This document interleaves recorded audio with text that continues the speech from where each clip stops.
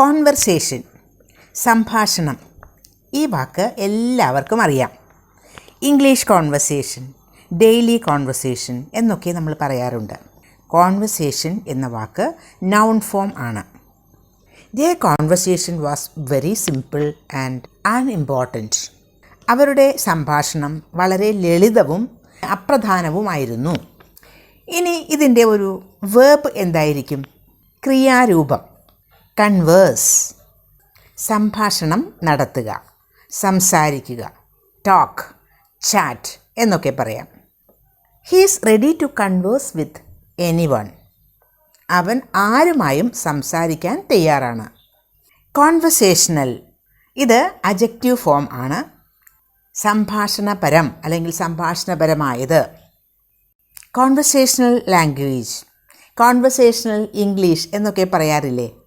സാധാരണ നമ്മൾ നമ്മുടെ ഡെയിലി ലൈഫിൽ ഉപയോഗിക്കുന്ന വാക്കുകളൊക്കെ ഉപയോഗിച്ച് വളരെ കാഷ്വലായിട്ട് സംസാരിക്കുന്ന രീതി.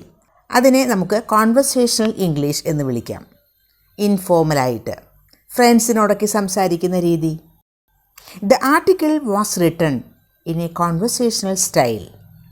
ആ ആർട്ടിക്കിൾ എഴുതിയിരിക്കുന്നത് കോൺവെർസേഷണൽ സ്റ്റൈലിലാണ് എന്ന് പറഞ്ഞാൽ ഒരു സാധാരണ ആളുകൾ സംസാരിക്കുന്ന രീതിയിലാണ് എന്നർത്ഥം.